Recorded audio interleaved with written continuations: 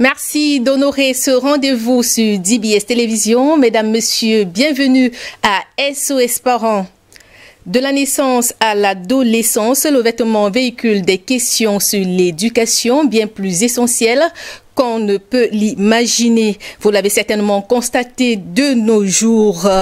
Au nom de la mode, jeunes et moins jeunes veulent s'imposer avec une allure provocante et choquante pour séduire, se faire aimer, quel qu'en soit le prix. Le revers de la médaille est parfois désastreux. Comment en est-on arrivé là et surtout comment susciter un véritable changement de comportement? Question ce soir en première partie de cette édition. Notre rubrique Mots d'enfant fait un gros plan sur les mycoses chez les enfants. Et vers la fin, nous prendrons le cri de cœur d'une mère désespérée face à son fils qui rejette catégoriquement son beau-père. Voilà pour le menu de cette nouvelle édition.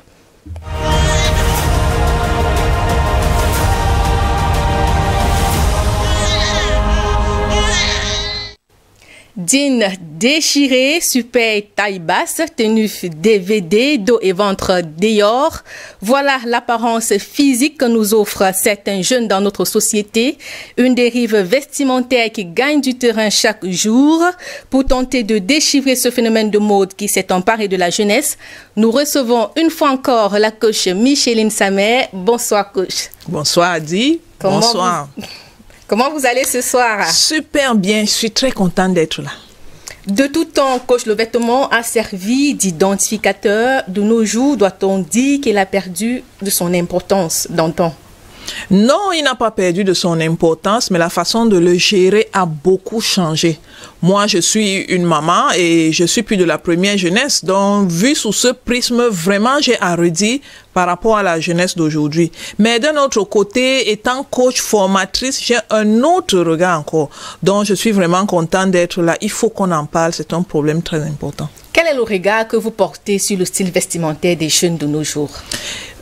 Les jeunes semblent avoir oublié la fonction première du vêtement qui est de nous couvrir, de nous protéger des intempéries, de protéger notre nudité. Évidemment, c'est aussi un moyen d'expression, mais c'est sa base. Les jeunes semblent l'avoir oublié et s'être focalisés sur la deuxième partie, le deuxième rôle du vêtement qui est le moyen d'expression. Alors, ils expriment des choses par leurs vêtements qui, quelquefois, ne correspondent pas à ce qui doit être. Donc, clairement, les jeunes ont besoin d'être recadrés sur la fonction première du vêtement qui est de nous protéger des intempéries. Vous imaginez, si on s'habille je prends un DVD, comme vous avez dit tout à l'heure, on est donc exposé aux intempéries, on expose notre nudité. Même si on veut par ailleurs communiquer un certain message, cette fonction première, cette fonction de base doit être rétablie. Coach, vous avez parlé d'un message quand vous communiquez. Qu'est-ce qui peut se cacher derrière cet accoutrement? Qu'est-ce que les jeunes veulent passer comme message? Vous faites bien de parler des jeunes. Lorsqu'on parle des jeunes, c'est des gens qui veulent s'affirmer, qui sont en pleine autonomisation, qui sont pour la plupart des adolescents encore. Et vous savez que à cet âge-là, l'enfant a tendance à se détacher. Il pense à arracher son indépendance. Donc, par le moyen de son habillement, il montre qu'il est quelqu'un d'autonome. Il assume qui il est. Il ne veut plus être sous sous le diktat des parents. Il veut s'affirmer en tant qu'être humain et malheureusement sa façon de s'affirmer va souvent bien plus au-delà de ce qu'il voulait dire. Colin Bekatal est avec nous ce soir. Bonsoir Colin. Bonsoir Adi. Comment vous allez? Oui, très bien, merci. J'espère que toi aussi. Je vais bien, Colin. Vous avez mené une réflexion sur le style vestimentaire des jeunes de nos jours. Vous avez capté quelques réactions. C'est un élément que vous avez réalisé avec le concours de Stéphane Tietia.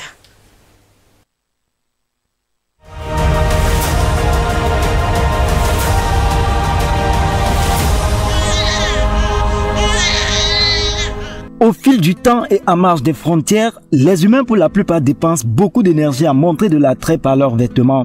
Dans l'univers des jeunes gens en particulier, il est aujourd'hui révolu le temps où tout le monde était tenu de se conformer à des usages qui, bien que traduisant la variété, imposaient les limites de la décence. Un plus vaste choix de modèles et de styles ont droit de citer, et voilà qui peut plonger nos jeunes dans un comportement peu honorable. La mode et sur les choses du dehors, vraiment de Dieu, ça peut nous pousser vraiment à faire des choses même que nous allons regretter après. Ça peut même pousser certaines femmes à aller faire même la prostitution. Certaines femmes, la jalousie et tout consort. Si moi je suis comme ceci, pourquoi est-ce que l'autre n'est pas comme ceci? Ça peut aussi pousser certains à rentrer dans le secteur. Déjà, quand il y a argent, ça devient grandiose.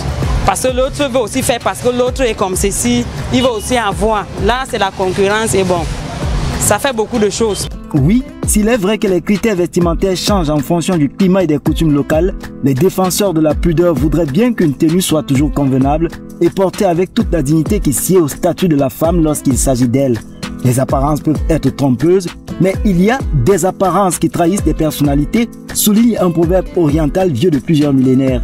Sur les faits, c'est une vérité qui ne peut être démontée. Parfois, moi, oui, je n'ai pas dit non, je m'habille désagréablement. On se trouve en train de mettre des vêtements, tu vois, pas classe et tout au consort. Et après, on se retrouve en train d'être touché par certains vendeurs et on se plaint, tu vois. Le fait qu'un vêtement soit à la mode ne change pas l'image qu'elle projette, cette mode si capricieuse. Ceux qui se soumettent au désir qu'elle impose de vouloir à tout prix se faire accepter courent le risque d'être rejetés.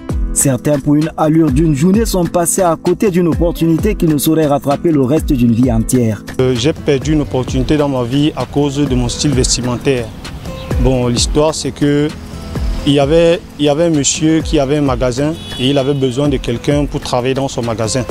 Et puis, ma tante m'a fait part. Donc, apparemment, ma tante connaissait le monsieur. Donc, ma tante m'a fait part et d'aller voir le monsieur par rapport à ça. Ne connaissant pas pourquoi il m'appelle. Donc j'avais mon habillement de tous les jours. Jacques, comme on est au quartier avec nos pantalons, parfois des jeans déchirés, parfois des habits qui ne sont pas adéquats et tout. Bon, c'est comme ça que je me suis levé, je suis parti. Et puis quand je suis arrivé, le monsieur m'a vu, on s'est vu. Et puis il a pris mon numéro de téléphone et il a dit qu'il allait m'appeler. Bon, moi je suis rentré. Et après quelques jours plus tard, c'est là où ma tante, un jour, me dit que je demande à ma tante mais le monsieur par rapport au travail, il ne m'a pas appelé. C'est là où ma tante me dit que non, qu'il lui avait dit qu'il ne m'avait pas appelé parce que ma tenue vestimentaire n'était pas correcte. Des conséquences bien plus graves sont à envisager, tant des aliénés sexuels ne restent pas indifférents à un corps couvert au strict minimum. Parfois, je te retrouve en train d'être touché par n'importe qui. Voilà. Parfois, c'est un vendeur de vêtements, c'est un vendeur de chaussures et plusieurs autres. Quand tu arrives au marché, s'il veut peut-être t'appeler ou soit te demander de l'acheter quelque chose, il est toujours en train de te toucher, te calibrer de tous les côtés. Voilà, parfois, ça met mal à l'aise à certains. D'autre part, il n'est pas toujours facile de se procurer autant de vêtements, encore moins de luxueux pour des jeunes gens sans emploi pour la plupart. Toutefois, des vêtements dépassés et peu soignés, des lanières recollées, des ongles cassés, rongés et un vernis qui s'écaille produiront autant un effet négatif. En définitive, qu'il soit peu ou très coûteux, un vêtement soigné et décent peut ajouter au crédit et contribuer à l'assurance de celui ou de celle qui le porte.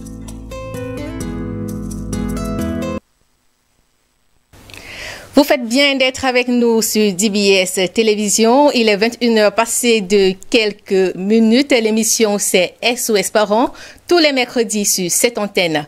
Colin Bekatal, vous dites que cette légèreté vestimentaire engendre des comportements à risque. Oui, énormément. Bon, on a vu le témoignage, on a su le témoignage de la jeune fille qui dit que lorsqu'elles vont au marché, elles se font tripoter. Voyez-vous, et puis, lorsqu'on va donc bien plus loin, il est bien vrai que il n'y a pas des raisons que un violeur puisse avancer, une raison logique qui puisse avancer lorsque il en a fait une victime. Mais il convient, puisque nous sommes en train de parler ici de vêtements, de dire que certaines, n'est-ce pas, exposent bien mieux que d'autres. Voyez-vous, lorsque une fille choisit de s'afficher avec, j'ai utilisé l'expression dans le reportage, au strict minimum. Ce sont des attitudes qui peuvent pousser quelqu'un qui est léger et quelqu'un qui est porté, n'est-ce pas, à ce genre de choses, de l'approcher avec déjà une certaine idée selon laquelle elle est en train de faire la promotion de ses proportions. Ça veut dire qu'elle est en train de faire une sorte de marketing de son corps. Voilà, en quelque sorte. Et c'est l'idée qu'on lui donne. Lorsqu'on s'amène et que il se trouve finalement que nous sommes juste habillés, ce n'était pas avec l'intention de faire appel. Celui qui est venu avec une idée calée peut ne pas accepter, n'est-ce pas, qu'on lui résiste. Et puis on sait la plupart du temps comment est-ce que ça peut se passer. Il y a donc ce risque. Ça, c'est en ce qui concerne des femmes. Voilà, pour ce qui est des hommes, on a eu un exemple et je pense que on ne peut pas aller bien plus loin, on ne peut pas mieux dire que ce qui a été dit par ce jeune homme. Je voulais en venir, Colin Bekatal. C'est un jeune qui est passé à côté d'une opportunité d'embauche. Visiblement, est-ce qu'il a retenu la leçon? Oui, j'espère pour sa part qu'il a retenu la leçon parce que il est en train de parler aujourd'hui avec beaucoup de regrets. Voyez-vous, beaucoup de jeunes ne s'en rendent pas compte. Nous sommes en train de parler de vêtements dans un cas particulier, mais c'est bien de relever l'apparence dans un cas général. Il y en a, n'est-ce pas, qui se promènent avec des piercings, d'autres avec, moi j'appelle quelquefois des sapins de Noël sur la tête, voyez-vous, ce qu'ils appellent des locks et ainsi de suite. Ce sont des choses qui n'inspirent pas confiance. C'est quelqu'un qui peut même avoir une bonne moralité, qui peut avoir la crainte du mal, qui peut avoir une éducation qui l'amène à ne pas toucher, n'est-ce pas, ce qui ne lui appartient pas. Mais, dit-on souvent, l'habit ne fait pas le moine, mais c'est par l'habit qu'on reconnaît le moine. Qui est celui qui fera bien entièrement confiance, confiera son affaire, confiera son économie, confiera son rayon ou sa boutique à quelqu'un qui a priori n'inspire pas confiance. Et je pense que c'est d'abord cette apparence, c'est par cette apparence qu'on fait la première évaluation de ce qu'on est digne de confiance ou pas. Lorsqu'on a un homme affublé, un jeune homme affublé avec un pantalon déchiré comme tel que celui-là l'a expliqué, sincèrement, il y a peu de chance. Je suis sûr qu'ils sont nombreux qui, comme lui, passent à côté n'est-ce pas, des opportunités. Lui, au moins, il a dû retenir la leçon parce que par sa tante, il a compris quel était le problème, quelle était la cause de son problème. Mais combien sont-ils ignorants toutes les opportunités à côté desquelles ils sont en train de passer et obstinés, n'est-ce pas, dans cette allure qui, ma foi, ne les honore pas et puis constitue un rempart pour des opportunités. Colin Bekatal, vous restez avec nous ce soir. Kosamé, qu'est-ce qui peut justifier l'engouement des jeunes vers ce genre de style vestimentaire?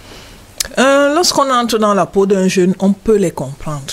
Ça ne se justifie pas, mais on peut les comprendre. Vous savez, les jeunes sont facilement influençables. Et puis, ils ont tendance à rester en groupe. Les jeunes ne résistent pas souvent à l'attrait de l'effet de groupe. Ça veut dire que si dans son cercle d'amis, entre guillemets, parce qu'ils ont tendance à appeler tout le monde ami, on va en parler tout à l'heure. Si dans son cercle d'amis, les gens sont habillés d'une certaine façon, il se sent exclu de ne pas être habillé comme les autres. Donc, pour avoir sa place dans le groupe, il est obligé de mettre des tenues qui, quelquefois, au fond de lui, ne lui plaisent même pas. C'est pour ça que vous allez voir des jeunes filles qui ont une tenue très moulante, très courte. Toujours, elles ont le réflexe de tirer la jupe vers le bas. Et pourtant, elle est au milieu d'autres jeunes filles qui ont les jupes bien au-dessus des cuisses, mais elle a tendance à tirer sa jupe vers le bas. Ça veut dire qu'elle est en train de se forcer à s'habituer à un style vestimentaire qui, au fond d'elle, ne lui plaît pas juste parce qu'elle veut. Mais coach, est-ce que ça ne met pas au goût du jour un problème de complexe? Oui, effectivement. Bon, moi, je n'appellerais pas ça complexe. Je n'appellerais pas ça de confiance en soi, coach. Peut-être, mais moi, je parlerais plutôt de l'attrait du groupe. L'effet d'entraînement ou l'effet d'imitation, si vous voulez. Parce que la jeune fille qui fait ça, elle sait qu'elle peut ne pas le faire. Elle sait qu'elle n'est pas obligée de le faire. Mais lorsqu'elle pense que si elle ne le fait pas, elle sera mise au banc toute seule. Elle va regarder les autres jeunes filles s'amuser. Et elle veut aussi s'amuser. C'est valable pour les petits garçons, hein, c'est pareil. Elle se retrouve donc en train de mettre une tenue qui elle-même ne lui plaît pas. Et ce qui se passe, c'est que avec le temps, elle finit par s'habituer. Avec le temps, maintenant, ça lui plaît. C'est elle maintenant qui fait l'apologie et qui montre à d'autres jeunes filles où on vend ça, à combien on vend, les différentes modes, ainsi de suite. Donc ça, c'est la première des choses qui peut amener une jeune fille ou un jeune garçon à s'habiller comme ça. La deuxième des choses, on l'a dit au début, c'était de pouvoir s'affirmer. Lorsque vous vous habillez n'importe comment, au début, on a dit que l'habillement transmettait un message. Ça veut dire que lorsque l'habit que vous portez, vous êtes en train de communiquer aux autres que vous êtes déjà grand. Ce n'est plus papa qui vous habille, et puis avec leur style ringard, vieux jeu, maintenant là, vous êtes à la mode, c'est votre temps, vous portez ce que vous voulez. Vous voyez un peu. Donc, plus l'enfant s'habille, entre guillemets, n'importe comment, plus il dit à ses parents et aux autres personnes qu'à partir de maintenant, il s'affirme en tant que ce qu'il est. Et puis ce n'est plus papa qui va avec lui acheter des vêtements. Coach, est-ce qu'on ne peut pas un peu questionner le rôle des parents dans tout ça? Oui, beaucoup. Beaucoup vraiment, parce que on est d'accord là-dessus, c'est le parent qui éduque l'enfant. On est d'accord là-dessus, c'est le parent qui met les fondations, qui structure ce que l'enfant va être. C'est pour ça qu'il y a certains enfants qui disent que non, moi je ne suis pas éduqué comme ça.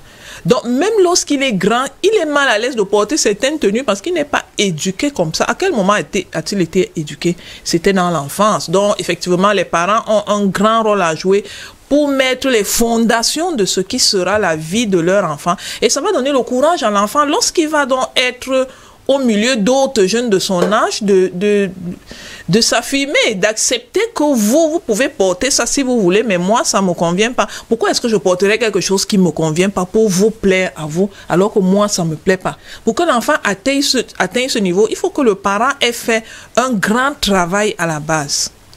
Au Colin Bekatal, est-ce que ce phénomène de mode de suivisme ne finit pas par se retourner contre les jeunes?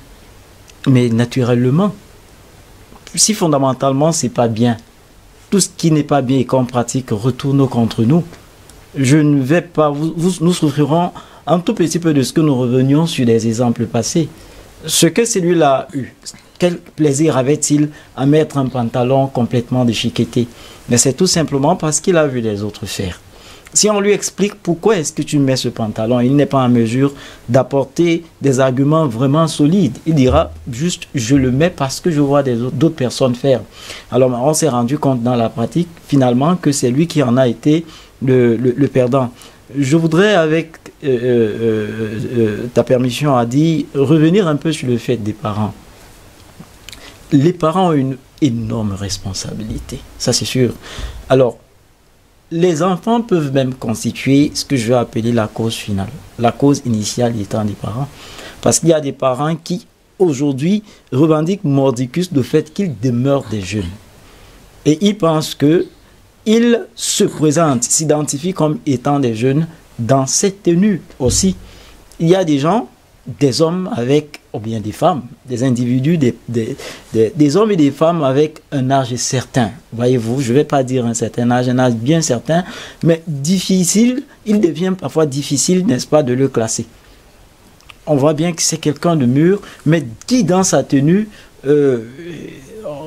donne vraiment de la peine à savoir si c'est un adolescent ou pas. Alors, un enfant qui regarde son papa ou sa maman dans une tenue, entre guillemets, légère, comprendrait qu'il n'y a pas de mal à cela. Et le papa ou la maman, aujourd'hui, malheureusement, on en trouve de plus en plus, hein, le papa ou la maman qui s'habille de cette manière, dans la plupart des cas, ce sont des femmes, vraiment, excusez-moi de ce que je le relève, quelle honnêteté aura-t-elle, n'est-ce pas, de dire à son enfant, ce que tu es en train de mettre n'est pas bien? C'est d'autant plus qu'elle-même, elle n'y voit aucun mal. Et quel danger laissera-t-elle entrevoir dans des conseils qu'elle donnera à son enfant? Donc, les parents, sincèrement, ne sont pas forcément, parce qu'il y en a qui font beaucoup d'efforts, mais qui, malheureusement, ont la malchance de savoir que des enfants sont plus enclins à écouter et à appliquer les conseils, n'est-ce pas, qui viennent de dehors, mieux que les leurs, qui refusent même de copier leur manière d'être.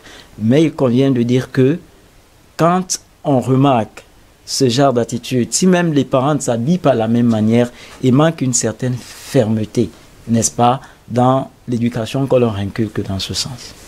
Coach, vous êtes d'avis avec Colin que certains parents ne prêchent pas toujours par l'exemple? Oui, tout à fait, tout à fait. Il y a un phénomène qui fait que quelquefois, les parents pensent que prendre de l'âge, c'est quelque chose de négatif qu'il faut absolument combattre. Et pourtant, c'est tout à fait naturel. Personne ne peut empêcher le temps de passer. Donc, il faut que les parents eux-mêmes soient assez mûrs dans leur tête pour pouvoir assumer l'état dans lequel ils se trouvent et rester sobres Évidemment, on va parler de l'équilibre plus tard parce que non plus, on va pas demander d'être ringard, vieux jeu ou d'une autre époque. Mais il y a un équilibre qu'on peut trouver. Effectivement, le parent, lorsqu'il s'habille légèrement, il montre l'insécurité qu'il a en lui. Il montre qu'il n'assume pas l'état dans lequel il est. Malheureusement, les enfants n'ayant pas la limite que les parents ont, peut-être le parent va s'habiller léger, mais l'enfant va s'habiller complètement en 3 pièces. Et le parent sera donc mal à l'aise de recadrer l'enfant parce que lui-même, il ne prêche pas par l'exemple. Donc, effectivement, les parents doivent eux-mêmes être assez matures pour comprendre que il y a des styles vestimentaires médians. On n'est pas obligé de tomber extrêmement dans je vais dire dans la légèreté, disons les choses comme ça pour rester. Mais en même temps, on peut se faire plaisir. Il y a des tenues vraiment qui permettent de se faire plaisir. Donc, le parent doit être assez mature, assez équilibré parce que c'est cet équilibre qui contamine à son enfant. Vous savez, on éduque l'enfant par ce qu'on lui dit. On éduque l'enfant par ce qu'on fait. Mais on éduque l'enfant aussi par ce qu'il voit et qu'on ne lui a pas montré. Ça veut dire que si vous dites à l'enfant que ta tenue là, elle est légère, il faut bien t'habiller, que le parent lui-même montre à l'enfant que la bonne tenue, c'est la tenue qui n'est pas trop courte. C'est la tenue qui n'est pas trop moulante et c'est la tenue qui n'est pas trop transparente.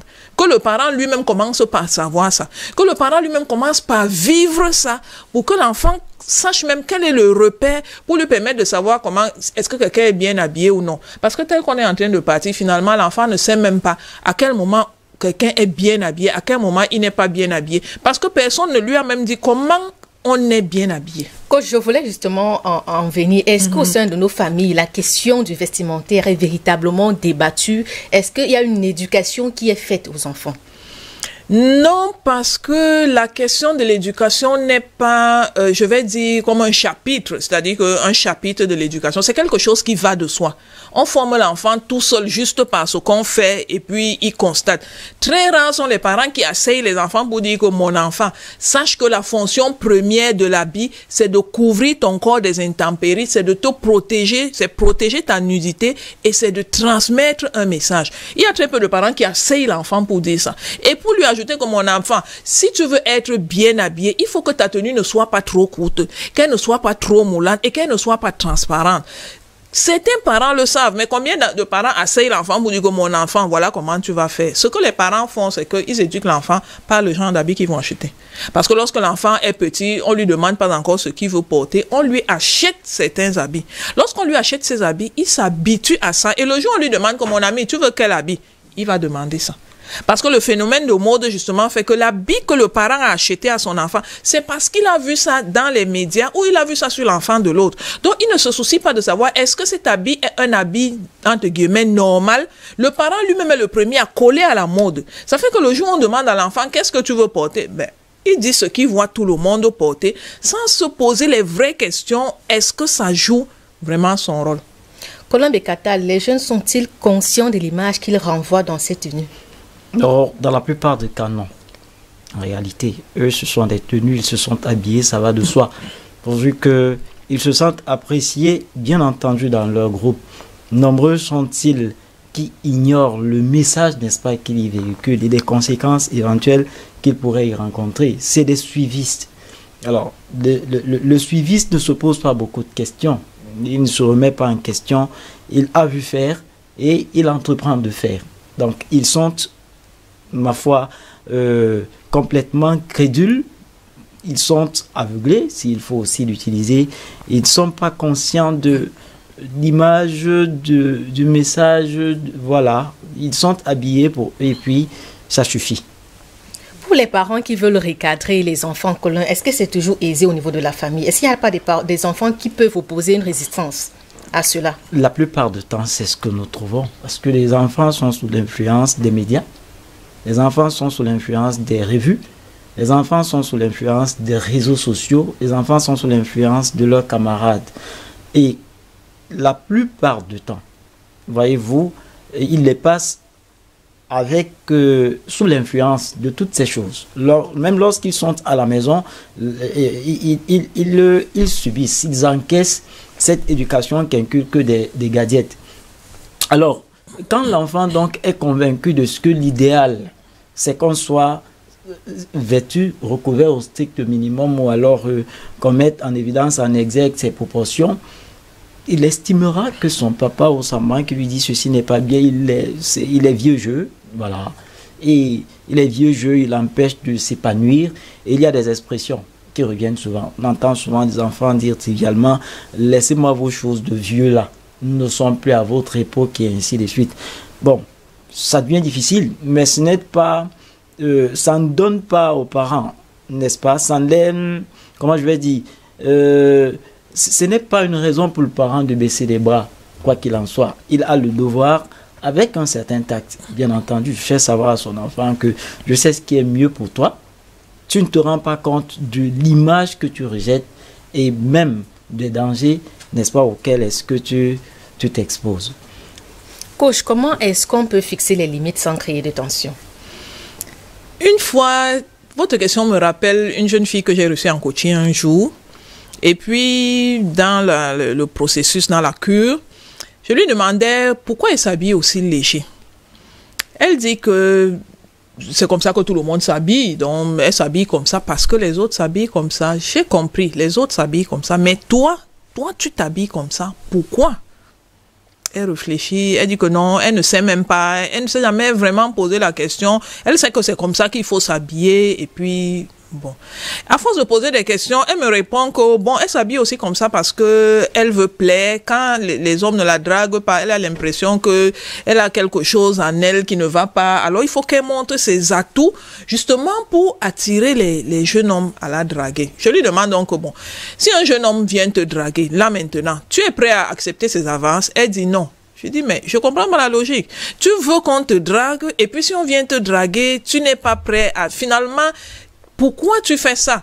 Donc, à la fin, on est tombé d'accord qu'elle veut juste se rassurer qu'elle peut séduire.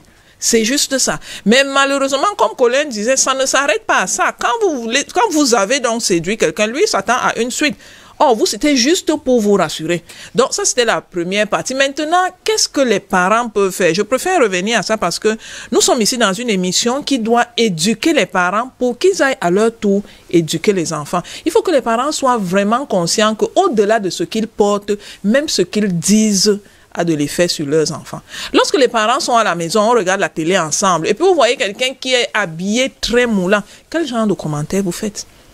Est-ce que vous appréciez la tenue? Est-ce que vous appréciez les formes? Est-ce que vous appréciez la statue? Lorsque vous faites ça, vous êtes en train de dire à l'enfant que c'est bien, c'est ce qu'il faut faire. Mais si vous dites, mais c'est quoi ça? Qu'est-ce qu'elle porte comme ça? Comment elle peut passer à la télé avec une pareille tenue?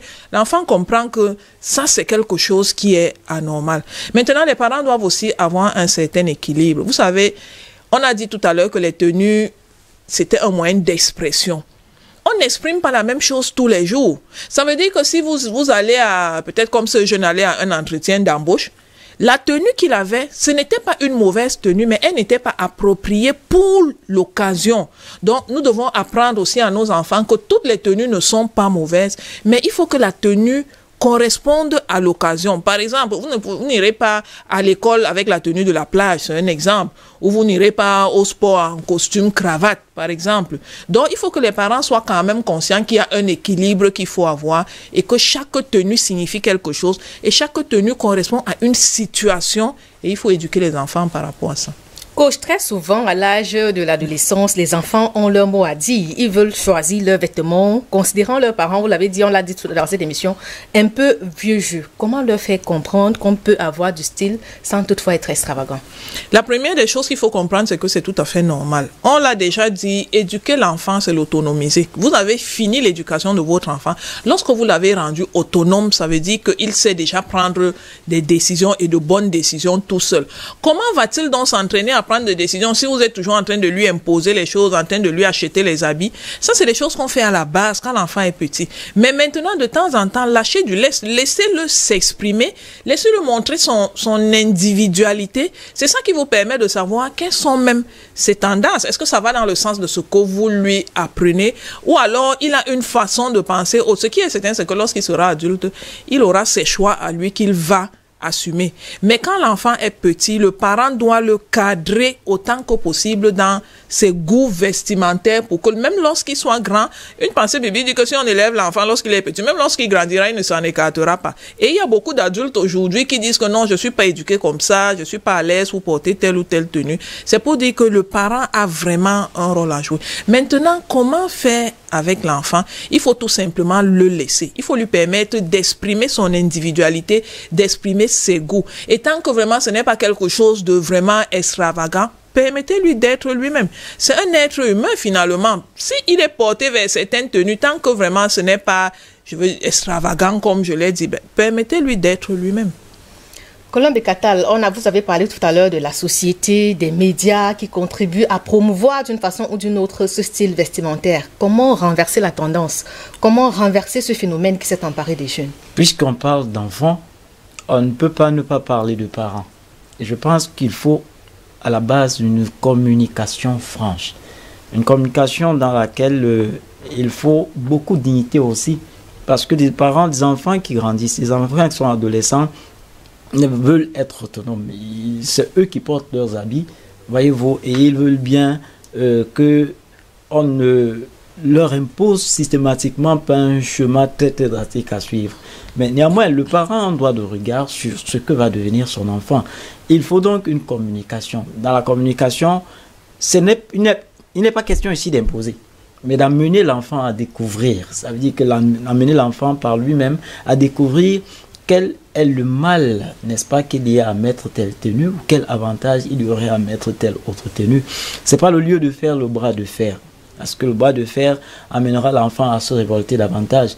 Mais dans la discussion, tu disais des questions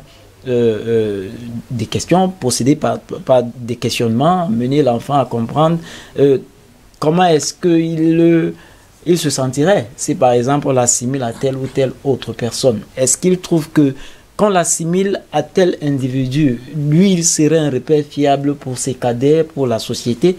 Peut-être en procédant comme ça, l'enfant arrivera par lui-même à tirer une conclusion selon laquelle mon père ne me l'impose pas parce qu'il ne veut pas me voir heureux, mais c'est davantage parce que il veut que je sois content. L'enfant découvre par lui-même le bien fondé d'une tenue décente. Et alors, lorsqu'il ira acheter, il tiendra bien compte, pas du point de vue de son papa, mais du sien qui est conforme, n'est-ce pas, à ce qu'accepte la morale. Coach, il y a des enfants quand même qui réussissent à déjouer les parents qui protègent et qui mettent des balises. Il sort de la maison bien habillé et puis on le retrouve en route avec une autre tenue. Comment éviter ce genre de situation avec les enfants? Bien, comment même d'abord savoir, coach, comme si son enfant fait cela? Si un parent ne sait pas que son enfant fait ça, ça veut dire que il ne regarde pas vraiment bien son enfant, il n'ouvre pas l'œil, il fait le basique. Vous savez, il y a une différence entre élever l'enfant et éduquer l'enfant. Élever l'enfant, c'est le nourrir, blanchir, soigner, ainsi de suite, tout ça. Éduquer l'enfant, c'est de lui inculquer des valeurs qui vont être les balises de sa vie. Et lorsque vous avez réussi à le faire, vous êtes presque sûr que votre enfant ne va pas vivre ce qu'on appelle une double vie. Moi, dans mon cas, j'ai de grands adolescents, je vous ai déjà dit ça. Lorsqu'ils étaient un peu plus petits, on allait faire les achats ensemble et ils étaient contents de ce que j'achetais. Mais lorsqu'ils ont grandi un peu plus, lorsqu'on allait faire les achats, on rentrait maintenant fâché. Chacun boudait de son côté, parce que lorsqu'on arrive dans le magasin, moi je trouve que l'habit si est bien pour toi, elle trouve que non, ce n'est pas bien. Soit maintenant c'est moi qui achète parce que c'est moi qui paye, alors elle se met à bouder. Soit bon, je lui permets de prendre, mais je suis pas content de payer ce qui me plaît parce que c'est moi qui boude. Maintenant on rentrait en queue de poisson. Mais ce qui s'est passé, c'est qu'avec la communication, on a remis les bases de ce qui doit être une tenue décente, avec tout ce que ça comporte comme équilibre, comme maturité. Et maintenant qu'ils sont un peu plus grands, je ne sais même plus que je suis allé acheter encore les habits avec eux. Ils vont même acheter leurs habits. Et lorsqu'ils arrivent, je ne demande même pas que vous avez acheté quoi. Je sais qu'ils ont acheté des habits qui correspondent à la norme. De toutes les façons, le jour où ils vont porter ça, je vais voir. Maintenant, comment savoir que l'enfant joue un double jeu? C'est quand petit à petit, vous avez lâché du lest. Chers parents, de temps en temps, laissez vos enfants acheter ce qu'ils veulent. Laissez-les porter ce qu'ils veulent. Ça vous permet de voir quelle est la tendance Comme ça, vous ne serez même pas surpris de savoir que cet enfant-ci, il est capable de changer même l'habit. Puisque le jour où je l'ai laissé, il a porté carrément un DVD. Mais quand j'insiste, il porte un habit qui le couvre. Ça veut dire qu'il a tendance. Et puis, vous commencez plutôt à travailler sa compréhension des choses. Donc, il ne s'agit pas de traquer l'enfant, de fouiller son sac. Vous savez, quand l'enfant grandit, quand le parent vieillit, l'enfant grandit. Ça veut dire qu'à un moment, la force physique, même pour le faire, vous ne l'aurez plus. Vous avez d'autres préoccupations. Donc, il vaut mieux sensibiliser l'enfant à ne pas jouer le double jeu, à affirmer ce qu'il est, et vous, à être équilibré. Ça veut dire que permettez-lui d'être lui-même, mais veillez à ce qu'il ne traverse pas la décence. Évidemment, si l'enfant traverse la ligne rouge, vous devez sévir. Il s'agit de la vie de votre enfant. Imposez-vous chez vous. C'est vous qui avez encore en charge l'éducation de vos enfants. Les parents ont souvent tendance à dire que si tu te sens trop grand, sors de chez moi. C'est un peu excessif, mais quelquefois, c'est la vérité. L'enfant, tant qu'il est chez vous, il doit marcher d'une certaine façon. Et quelquefois, je vais vous dire, je reçois un coaching des enfants qui remercient leurs parents d'avoir été durs avec eux. Parce qu'avec le temps, ils ont compris que c'était de l'amour et ça leur a évité tellement de déboires. Donc, quelquefois, chers parents, acceptez de mettre les pieds dans les plats, imposez-vous chez vous. Et c'est bien dit, coach. Nous allons marquer une pause pour prendre notre rubrique mots d'enfant. Ce soir, on fait un gros plan sur les mycoses. Voici les explications du docteur Belek Joseph, rencontré par Cynthia Ngwemo et Thierry Selanet.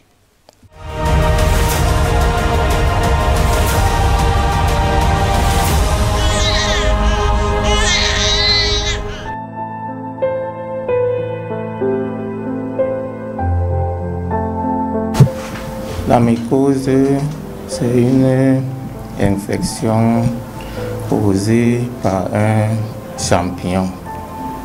Causée par un champignon dans n'importe quelle partie de l'organisme. Donc il faut savoir qu'on peut retrouver les mycoses au niveau de la tête. Donc là on parle de la teigne. On peut trouver les mycoses au niveau de la bouche. Et là on parle du muguet. On peut aussi retrouver les mycoses au niveau des ongles et au niveau vaginal.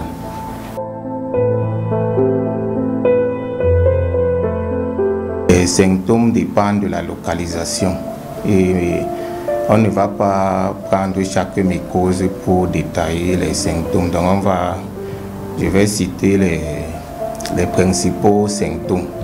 Donc, on retrouve les papules qui peuvent être verdâtres, grisâtres, jaunâtres. Et il y a les démangeaisons, il y a les boutons, il y a les desquamations. Et on peut aussi retrouver les pertes vaginales. Oui, là, le parent doit venir consulter. Ou s'il voit les boutons au corps, comme j'ai dit, le parent vient consulter.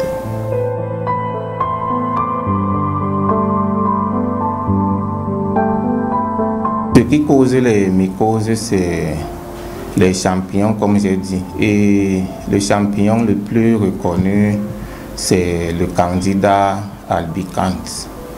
Et les facteurs qui favorisent les mycoses, il y a l'humidité qui favorise les mycoses, il y a la chaleur qui favorise les mycoses, il y a une transpiration excessive qui peut favoriser les mycoses, il y a aussi une mauvaise hygiène corporelle qui peut favoriser les mycoses et le port des chaussures fermées trop serrées.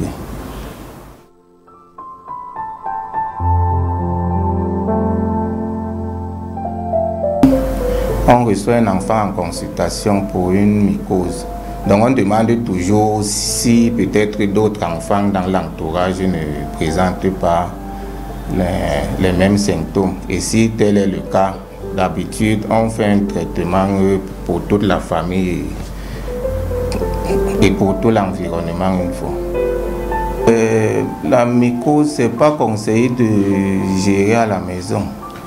Parce que comme je vous ai bien dit, il y a beaucoup de types de mycoses. Selon la localisation, On peut même poser même 3, 4, 5 diagnostics selon la localisation. Donc le mieux c'est de venir directement consulter un spécialiste pour donner un traitement adéquat. Donc il faut éviter l'automédication.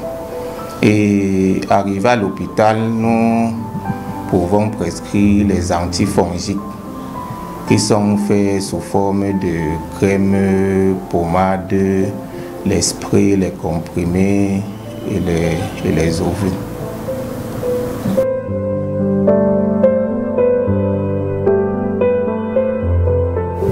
Pour éviter les mycoses, il faut bien laver sa literie avec un désinfectant. Il faut bien laver ses mains. Il faut avoir une bonne hygiène corporelle. Et entre autres, il faut éviter de gratter la partie contaminée, de peur de contaminer la partie saine. Et il faut aussi éviter d'échanger les vêtements, les sous-vêtements, les serviettes.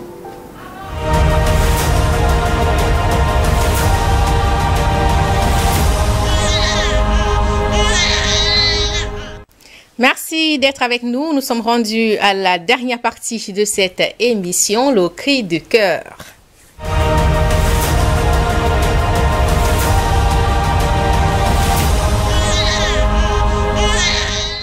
Cette semaine, c'est un parent bouleversé qui nous a écrit. Je vais tout de suite vous lire sa correspondance. Bonsoir Adi, bonsoir aux invités sur le plateau. Je suis Madame Larry Caban. Je vous écris depuis Abidjan, en Côte d'Ivoire. Je suis avec beaucoup d'intérêt votre émission et puisque vous nous donnez cette opportunité, je m'en remets à vous ce soir, très bouleversé par une situation qui me tracasse depuis des mois. Mon fils aîné de 13 ans ne supporte pas mon mari, avec qui nous vivons depuis 5 ans. Son frère cadet s'entend très bien avec leur beau-père. Tous les deux adorent leur petite sœur que nous avons eue, mon mari et moi. Il y a 3 ans. De son côté, mon mari a 2 enfants. Nos 5 enfants s'entendent plutôt bien. Tout irait pour le mieux si mon fils n'était pas si agressif avec son beau-père. Il refuse tout ce qui vient de lui. Malgré mes tentatives de dialogue, il refuse de dire pourquoi. Son père est décédé quand il avait 3 ans. Je me demande s'il ne reproche pas à son beau-père d'être là. Mon mari, très sensible et affectueux, vit très mal la situation. J'ai besoin de savoir ce que je peux faire en tant que mère. J'aimerais aussi obtenir quelques astuces pour mon conjoint qui est sur le point de tout laisser tomber. Je tiens beaucoup à l'harmonie de ma famille. Je ne supporte plus de voir mes 2 amours constamment en conflit. Merci et bon vent à l'émission. Coach Samet, un enfant qui ne supporte pas la présence de son beau-père. C'est assez embarrassant quand même pour la mère. Oui, c'est vrai. C'est embarrassant, mais ça peut se comprendre. C'est humain. Chaque enfant est attaché à son parent. Donc, quand on lui amène un parent de remplacement, il y a un phénomène de rejet. C'est un peu comme une partie de votre corps qu'on coupe. Lorsqu'on vient faire une greffe, humainement, le corps a d'abord l'instinct de rejet. Donc, on peut comprendre. On peut comprendre. Maintenant, ce n'est pas une situation définitive. Il y a des astuces pour rendre la relation quand même viable. Donc, on peut comprendre. Colombe Catal, quand vous écoutez la correspondance de cette dame, quel est votre premier commentaire? Bon, je suis un tout petit peu intrigué tout de même parce que je me rends compte que ce monsieur prend en charge cet enfant depuis qu'il a l'âge de 3 ans. Donc, même s'il sait que son papa est mort, il pouvait depuis ce temps être habitué à accepter ce monsieur comme étant son papa. Maintenant, il y a des détails qui nous échappent.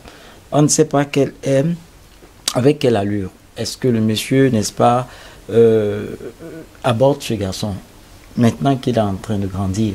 Vous savez, l'affection, c'est quelque chose qui grandit et qui peut s'estimuler aussi. La maman ne nous a pas dit, peut-être ignore-t-elle quelle est la constitution affective de ce monsieur, de cet enfant, par rapport, n'est-ce pas, aux relations qu'il entretient depuis un bon bout de temps avec ce monsieur.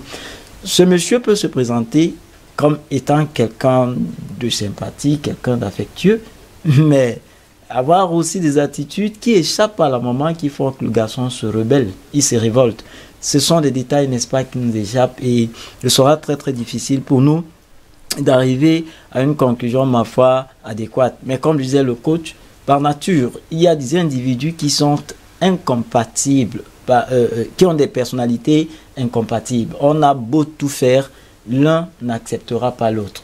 Avec du temps, peut-être s'est-il rendu compte de ce que ce n'est pas lui mon père, et mon père aurait pu me traiter mieux que ce qu'il est en train d'apporter.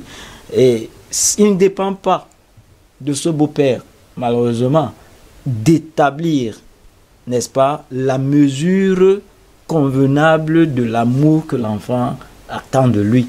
Peut-être fait-il des efforts, et si l'enfant trouve que c'est toujours insuffisant, ce sera trop difficile pour lui, n'est-ce pas? Et comme le disait Coach Samet, je pense que l'enfant est déjà à l'âge de comprendre. De temps en temps, sans brutaliser, avec beaucoup de patience, il faut essayer de négocier, il faut essayer de communiquer, essayer de chercher, savoir quelles sont ses craintes, quelles sont ses aspirations, et peut-être avec du temps et des prières, la situation pourrait s'améliorer. Coach, qu'est-ce qui peut se cacher derrière cette hostilité vis-à-vis du beau-père? La première des choses, c'est que l'enfant grandit. Moi, ce que je vois, c'est que c'est un adolescent, il est en pleine puberté, donc il y a un tsunami d'hormones dans son corps. Lui-même ne se reconnaît pas, il ne comprend pas ce qui lui arrive, parce que c'est quand même ce même homme qui est là à côté depuis qu'il a, si j'ai bien fait le calcul, ça peut faire... Non, le père est mort depuis 3 ans. Elle est avec le monsieur, oui, plus ou moins. Oui, pourquoi aujourd'hui ça clash alors que c'est ce père qui est là depuis? Donc ça veut pouvoir dire, ça peut pouvoir dire que l'enfant est juste en train de grandir et il devient conscient de certaines choses. Vous savez, lorsque l'enfant grandit, surtout le garçon, très vite il y a une jalousie qui s'établit envers sa mère. Moi, je me souviens, j'ai un garçon aussi, quand il avait sensiblement cet âge, quand j'étais au téléphone, il dit, maman, c'est qui? Il t'appelle pourquoi? Il veut quoi? Pourquoi il t'appelle à cette heure-ci? Ainsi de suite. Mais moi, ça m'amusait. Je me disais, mais quel est même son problème dans tout ça? Mais lui, il était très sérieux. Donc, c'est pour dire que quand l'enfant grandit, surtout le garçon, il commence à se sentir homme et puis il commence à surveiller sa mère. Quel est ce monsieur qui tourne là? Bon, au début, il était inconscient. Maintenant, là, quel est ce monsieur? En plus, ils passent la nuit ensemble. Qu'est-ce qu'ils font même la nuit là-bas? Il y a une jalousie qui commence à remonter et puis il commence à ne plus aimer cette personne. Vous savez, le premier amour du petit garçon, c'est sa mère. Et le premier amour de la jeune fille, c'est son père. Donc, il peut avoir cette jalousie naturelle qui commence simplement à remonter. Maintenant aussi, ça peut arriver, et c'est des cas que moi j'ai rencontrés en coaching, des enfants qui sont au courant des mauvais comportements du père, du beau-père, mais qui n'ont pas le courage de parler à leur mère. C'est déjà arrivé. Par exemple, le beau-père qui fait la cour à la jeune fille dans la maison. Elle n'arrive pas à dire à sa mère que celui que tu appelles ton mari, là, lui, il est en train de me faire la cour ici. Donc, elle développe un sentiment de rejet. Et puis, lui, il commence à dire, non, elle est têtue, elle n'est pas soumise. La mère aussi dit, oui, c'est la puberté, c'est l'adolescence, ça va lui passer. En réalité, elle n'arrive pas à lui dire qu'elle subit des harcèlements. Donc, je ne dis pas que c'est le cas ici, mais nous sommes dans un cadre général, sur un plateau de télévision. On donne les différentes possibilités pour permettre même à d'autres parents et même à cette dame d'investiguer est-ce qu'il n'y aurait pas quelque chose. Est-ce qu'elle ne nous dit pas tout? Est-ce que son mari là n'a pas certains comportements que l'enfant arrive de moins en moins à supporter parce qu'il est déjà conscient?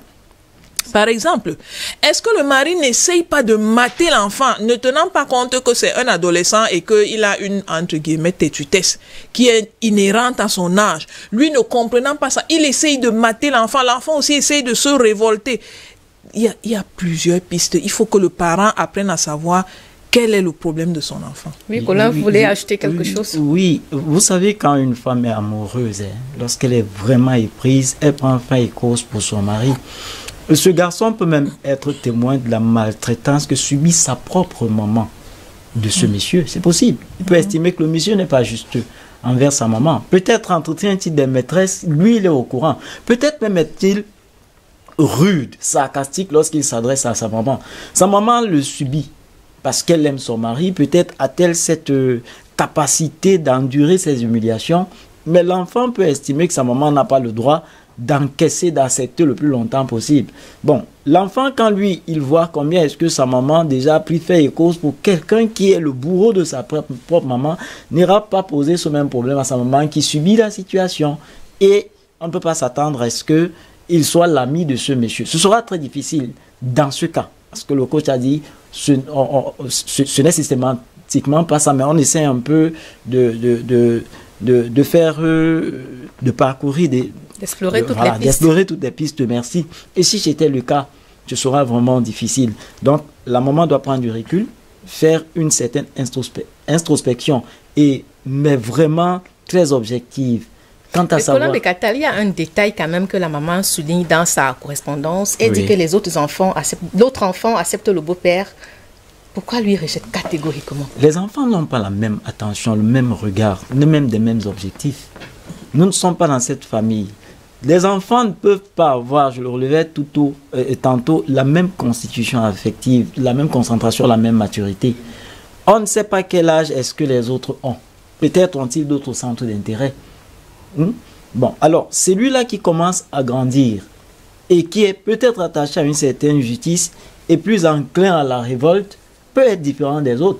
Ce n'est pas parce que les autres ne manifestent pas qu'ils ne sont pour autant pas toujours contents.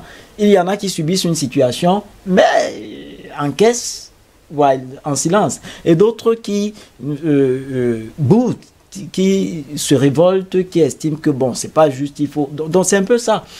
On ne peut pas se référer au fait que les autres soient calmes pour estimer que c'est le jeune homme qui a un problème. Ça ne veut pas dire que le jeune homme ne peut pas être un problème. Il peut être capricieux, lui aussi immature, exiger, n'est-ce pas, qu'on lui accorde une attention outre mesure par rapport à d'autres. Mais vraiment, il est important que cette maman se pose des questions de savoir si... Parce que dans la correspondance, j'ai l'impression qu'elle tire sur l'enfant dans cette correspondance. J'ai l'impression qu'elle tient pour responsable le garçon. Parce qu'elle présente son mari comme un monsieur attentionné. Elle le présente son mari comme étant formant un très bon attelage avec les autres, seulement celui-là. Donc, si les autres l'acceptent, c'est celui-là qui est mauvais. Mais il faut faire très attention, il y a des détails qui nous échappent, hein, des choses que nous ne comprenons pas. Qu'elle fasse une certaine analyse objective quant à savoir si le problème vient du garçon ou s'il ne viendrait pas de son mari qu'elle entend. Coach, comment retrouver une vie de famille saine et apaisée? Il y a des choses que la mère doit faire. Et je préfère clairement dire que ici la mère aura le gros du travail. Parce que les deux, comme Colin l'a dit tout à l'heure, les deux, ce sont ses amours. Donc, pour qu'elle-même ait la paix, il faut absolument qu'elle travaille pour recoller les morceaux. La première des choses qu'elle va faire, c'est parler avec l'enfant. Madame, parlez avec votre enfant. Expliquez-lui que ce monsieur qui est là ne vient pas prendre sa place dans votre cœur. Tout à l'heure, on a parlé d'une jalousie qui est une jalousie naturelle. Expliquez à votre enfant que dans la vie, chaque personne a sa place. Et c'est lorsque chacun joue son rôle qu'il y a l'harmonie dans la famille. Donc, expliquez-lui le bien fondé, pourquoi le père est là, les efforts qu'il fait, les efforts que vous faites ensemble, parler de telle sorte que l'enfant sache que son père, entre guillemets, en Afrique chez nous, on appelle le mari de la mère le père. Donc expliquez-lui les efforts que le père et vous faites pour qu'il soit bien. Ça, c'est la première des choses. La deuxième des choses que vous allez faire, c'est créer des moments de contact. Ça veut dire que trouver des occasions où le père, entre guillemets, et le fils restent seuls ensemble pour refaire connaissance. Avant, c'était des enfants. C'était un enfant. Maintenant, c'est un adolescent. Permettez-leur de rester seuls ensemble.